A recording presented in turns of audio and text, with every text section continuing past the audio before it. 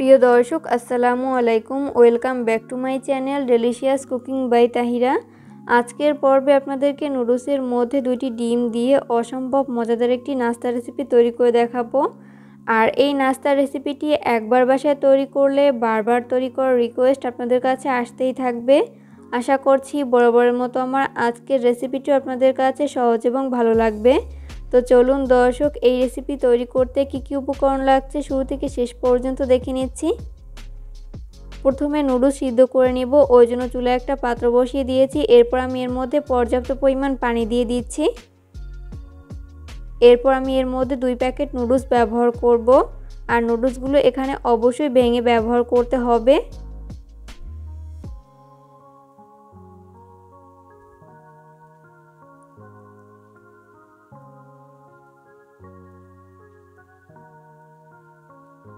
চুলাটা স্লো মিডিয়ামের মাঝামাঝিতে রেখে নুডলসগুলোকে খুব ভালো মতো সিদ্ধ করে নিতে হবে। আর এই নুডলস সিদ্ধ হতে খুব একটা সময় লাগে না, 2 মিনিটের মধ্যে খুব ভালো মতো সিদ্ধ হয়ে যাবে।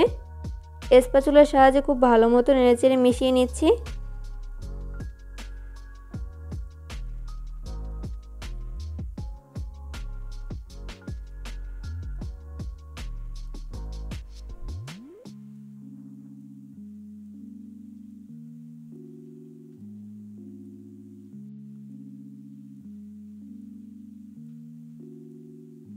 তো এই পর্যায়ে নুডলসগুলো খুব ভালো মতো সিদ্ধ হয়েছে। এরপর চুলা থেকে নামিয়ে পানি ঝরিয়ে নিব।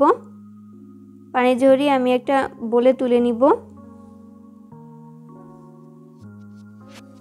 এখানে ছোট একটা বোল নিয়েছি। এরপর এই বোলের মধ্যে ব্যবহার করব রুম টেম্পারেচারে থাকা 2টা ডিম। ডিম যদি ফ্রিজে থাকে সেক্ষেত্রে রুমের স্বাভাবিক তাপমাত্রা এনে তারপর ব্যবহার করতে হবে। এরপর এই ভেঙে রাখা ডিমগুলোকে নুডলসের মধ্যে দিয়ে দিচ্ছি।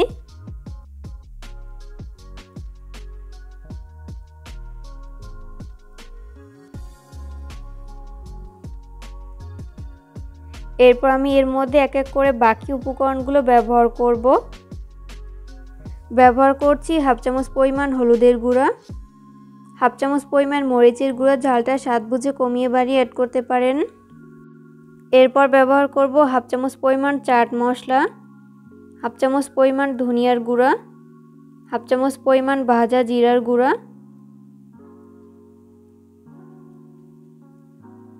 এরপর ব্যবহার করব 2 প্যাকেট নুডলসের মশলা।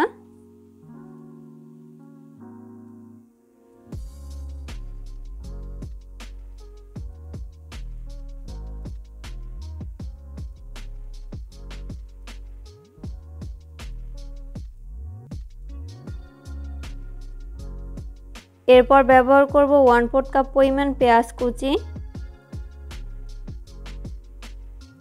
এরপর ব্যবহার করব 1 টেবিল চামচ পরিমাণ কাঁচামরিচ কুচি, ঝালটা স্বাদ বুঝে কমিয়ে বাড়িয়ে অ্যাড করতে পারেন, যেহেতু আমি এখানে আগে গুঁড়া মরিচ ব্যবহার করেছি।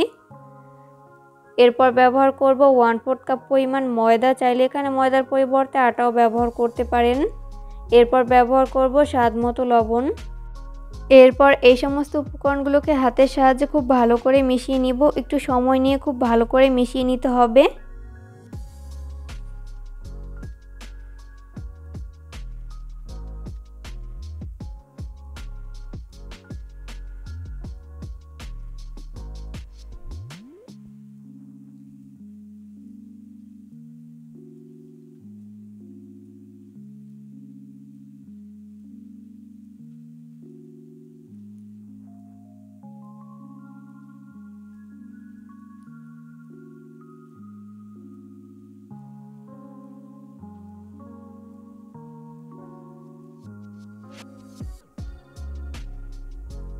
তো নাস্তা তৈরি করার জন্য মিশ্রণটি একদমই রেডি। এরপর চুলায় একটা ফ্রাই প্যান বসিয়ে দিয়েছি। এরপর আমি এর মধ্যে ব্যবহার করব 3 টেবিল চামচ পরিমাণ সয়াবিন তেল।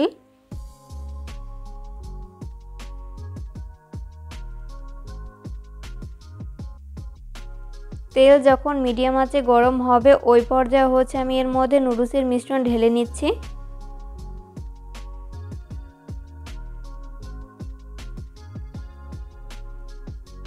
এরপর হাত দিয়ে এইভাবে চারপাশে ছড়িয়ে দিচ্ছি।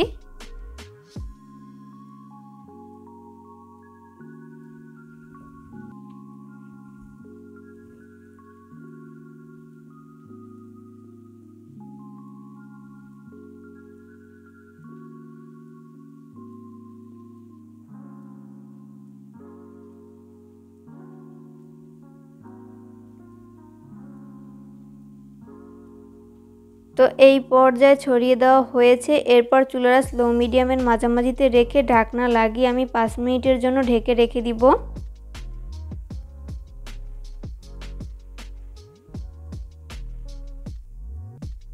5 মিনিট পরে আমি ঢাকনা উঠিয়ে নিয়েছি। তো এই পর্যায়ে কিন্তু নুডলসের এক পাশ ফ্রাই করে নেওয়া হয়েছে। এরপর আমি উল্টে দিব অপর পাশটি ফ্রাই করে নেওয়ার জন্য। আর অবশ্যই এইভাবে স্প্যাচুলার সাহায্যে চেক করে দেখতে হবে যে নিচের পাশটা ভালো মতো হয়েছে কিনা। যদি হয় তাহলে এইভাবে প্লেটের সাহায্যে উল্টে দিব অপর পাশটি ফ্রাই করে নেওয়ার জন্য। আর যদি নিচের পাশটা ভালো মতো না হয় সেক্ষেত্রে ঢাকনা লাগিয়ে আরও 2 মিনিটের মতো জাল করে নিতে হবে। তো এই পর্যায়ে প্যানে আমি 2 টেবিল চামচ পরিমাণ সয়াবিন তেল দিয়ে দিচ্ছি। তেল যখন মিডিয়াম আঁচে গরম হবে ওই পর্যায়ে আমি এর মধ্যে নুডলসের মিশ্রণটি ঢেলে নিচ্ছি।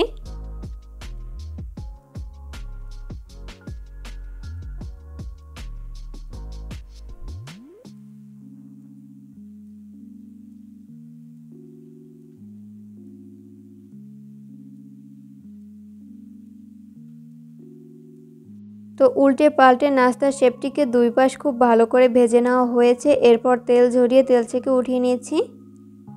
এরপর এই নাস্তার শেপটিকে আমি একটা প্লেটে তুলে নিয়েছি। দেখতেই পাচ্ছেন উপরের পাশটা কতটা সুন্দরভাবে কুকড হয়েছে। তো এরপর আমি নাস্তার শেপটিকে কেটে নিব। আমি এইভাবে ছুরির সাহায্যে কেটে নিচ্ছি। আপনারা চাইলে পিৎজা কাটার দিয়েও কেটে নিতে পারেন। বাসায় যদি ডিম আর নুডলস থাকে তাহলে এইভাবে নাস্তার আইটেম তৈরি করে কিন্তু পুরো পরিবারের মন জয় করে নিতে পারবেন। ভিডিও ভালো লাগলে অবশ্যই ফ্রেন্ডস অ্যান্ড ফ্যামিলিদের মাঝে শেয়ার করবেন।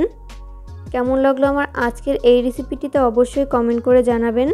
পরবর্তী ভিডিও দেখার আমন্ত্রণ জানিয়ে আজকের মতো এখানেই বিদায় নিচ্ছি। সবাই অনেক বেশি ভালো থাকবেন। আল্লাহ হাফেজ।